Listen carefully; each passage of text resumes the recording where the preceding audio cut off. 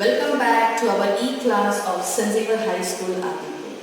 Children, today we are going to do chapter number 3, that is Civic.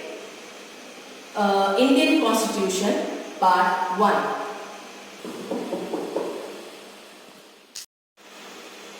Good morning, children. Lesson number 3, Indian Constitution. In last year, in 7th standard, you have learnt in first semester why we need government in our country. If we need government in our country, we need one constitution. So let's study in detail what do you mean by constitution and why we need constitution in every nation.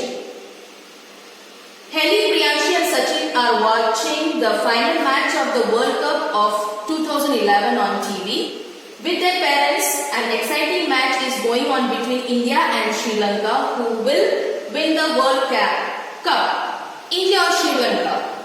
Sri Lanka had put up a challenging target for India to achieve, but with the fearless batting of the Indian captain Mahendra Singh Dhoni, India won the World Cup. Everyone was rejoicing in victory. Helly said to her mother while watching TV, "Mummy, the previous match between England and India resulted in a tie. What does that mean?" Meetaben said, "Helly, for the popular game like cricket, the ICSC has systematically formed rules. A tie in a match means that both the teams have an equal score. Even the games like football, hockey, kabaddi, etc. have their own set of rules. If a game has so many rules, then to run the administration of a populous nation, we surely require well-framed rules." Yes, children. If you are coming to St.Xaviers school, if you don't get the timetable, if you are not knowing which is the man coming to the class next, you all will get confused. For that, we need some constitution, a list of book. So, our constitution start with preamble. So, this is our preamble, children. We the people of India having solemn resolve to continue constitution India into socialist, secular, democratic republic and to secure to all its citizens justice, social, economic and political, liberty of thought, expression, belief, faith and worship, equality of status and of opportunity, and to promote among them all fraternity, assuring the dignity of the individual and the integrity of the nation. In our Constituent Assembly, this 26th day of November 1949, do hereby adopt, enact and give to ourselves this Constitution. Means whatever we are just deciding, children, for the nation, for administration work, start with our preamble, and it is very important. It is said a systematic compilation of set of rules to run the government of a country is known as constitution of the country.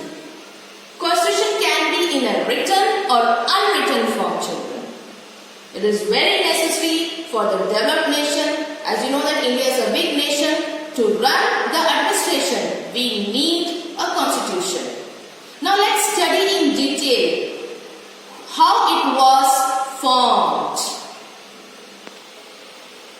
How was the Constitution of India formed?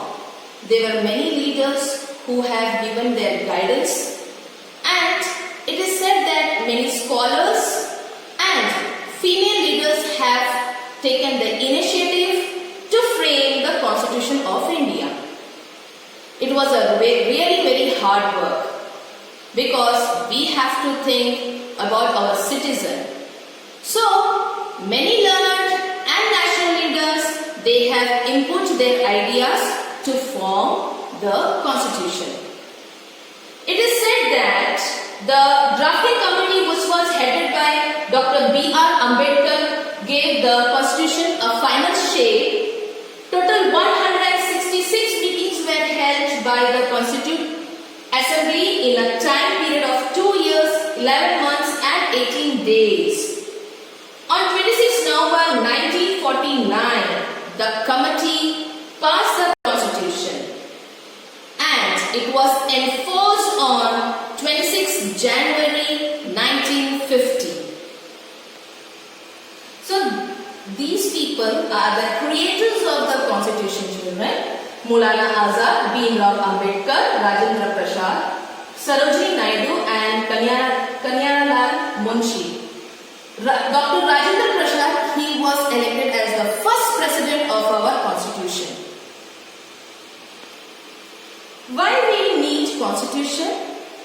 What if there is no constitution in our country? No country can function without the constitution, children. A constitution serves many objectives. It has ethos and ideals, how to run the administration, how to function, and how to look out the citizens' needs. It tells about the kind of government our country would have.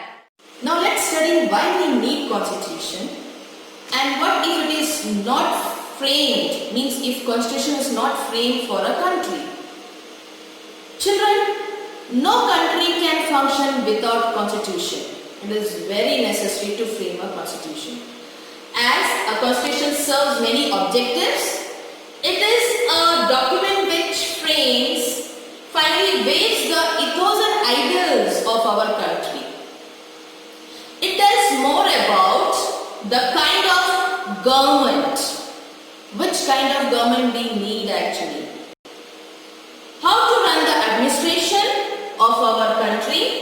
In a democratic form of government, we elect our leaders so that they can run the administration on our behalf. Means, in a democratic country, we people are electing our representative as a leader, and when he comes to the power, he looks after our needs and he sees that the citizens are happy because we have elected him. So, it is said that our constitution of India is longest written constitution in the world. We have borrowed some special features of the constitution from countries like Britain, Ireland, France and the United States of America. Now let's study silent features of our constitution. The first point is democratic rule. As I explained you children, democratic means what? We people are electing our representative to run the country. India has adopted the democratic system of government. Earlier it was a monarchy system, as you know that Mughal emperors and many Hindu kings were used to rule our country. After the British rule, when they left our country, we started democratic rule. Means what? We are electing our leaders. General elections are held in our country for 5 years. Citizens above the age of 18 can only vote. We cannot imagine democracy without elections. So election is very important. Without election, we can't imagine how to select our good leaders. All over, the people are interested to select their leaders, and moreover, any voter of the country can contest an election irrespective of his or her religion, caste, class or gender. Means what? Here every religion have the right to stand for an election. The elected representatives rule for 5 years. Every citizen enjoy the freedom to follow the religion of his or her choice, as well as freedom of speech, expression and thoughts. As we select our leaders on behalf of us, that person is controlling our nation. So we get some benefit. We have the freedom of speech, thoughts and expression, children. That's why we enforces the democratic rule. Next we have secularism. Let's see. Now second feature is secularism. Secular nation means that the government does not conform to the norms of any particular religion in its system of governance. Citizens are not discriminated on the basis of their faith, sect or religion. Every citizen enjoys the right to follow and propagate the religion of his or her choice. Means that the government is not connected to particular religion or a caste. Our country is having secularism for every religion. The citizen have their own choice. He or she has the freedom to just worship any god. Okay, there is no compulsion. So our country is free from that. We have the choice. We can just go to anywhere, temple, gurudwara, mosque, everywhere. So this is the second feature of our constitution. Now third feature is republic. What do you mean by republic? Republic means a government that obtains powers from people directly or indirectly. We have adopted democratic republic system of government, which means that powers are not limited in the hands of a few privileged people. Rather, it is accessible to the citizen irrespective of their caste, class, religion or a woman can be it a hawker or a vegetable vendor can become the sarpanch of the village. For example, a Mason Manjibai contested election of legislative assembly and became the member of legislative assembly, that is MNA. Means we are having a democratic rule and we are having secularism. There is no bias for that. So even a common man can come into the power. So it is our decision how to just click or how to appoint or how to select our good leaders. Now I am just explaining the flowchart of central government, how it's work. Here at topmost the president, legislature, executive, judiciary, parliament, prime minister, supreme court, Lok Sabha, Rajya Sabha, council of ministers. These are the panels of the central government children. In legislative parliament, there are two houses, Lok Sabha and Rajya Sabha. You have learnt in the 7th standard also. Executive means how the plans are executed. Okay? So there prime ministers and council of ministers are there to execute it. And judiciary means the courts like High Court, Supreme Court, District Court, local courts. If anyone does any wrong or he wants to get the punishment, then we go to this judiciary system. How the state government works. The head of the state government is governor. Under that we have again legislature, executive and judiciary. At each state has each governor. Under that we have these panels actually. And under legislature, state government, legislative assembly, we have two, that is Vidhan Sabha and Vidhan Parishad. Executive, chief ministers and council of ministers. Under that, local administration also does the work. Judiciary, as I told you, High Court, District Court and Supreme Court. Under local administration, we have Panchayat and Municipal Corporation and Municipal Boards. See how many people are there to function to run the state. Same way for central government also. Central governments run the whole nation. And state government, it runs particular state. So this is a picture of how the government functions actually. Now see, this is implementers of law, enact laws, representatives, poll, elections, okay. Legislature, executive and judiciary are the organs of the government. Legislature makes laws, executive with the help of civil service and officers implements the laws, and judiciary makes people follow the law and does the work of providing justice. So it is very important. Legislature, executive and judiciary are the organs of the government. These three things, They have different panels, different committees to run one particular nation. Study what is federal state. India is a federal state. There is a distribution of subjects on which the central or the state governments can frame laws. In federal state like India, we have central government and state government. There are three such lists: union list, state list, and the third one is concurrent list. In union list, we talk about all the central government what they had discussed. In state list, particular state is discussed, and concurrent means the issues or any functions of the two. It's a combination of unit list and state list. So laws framed by the central government are applicable to the entire nation. Means what? Whatever the central government is deciding for the nation, we has to obey that laws actually. Now let's study about fundamental rights. What are fundamental rights?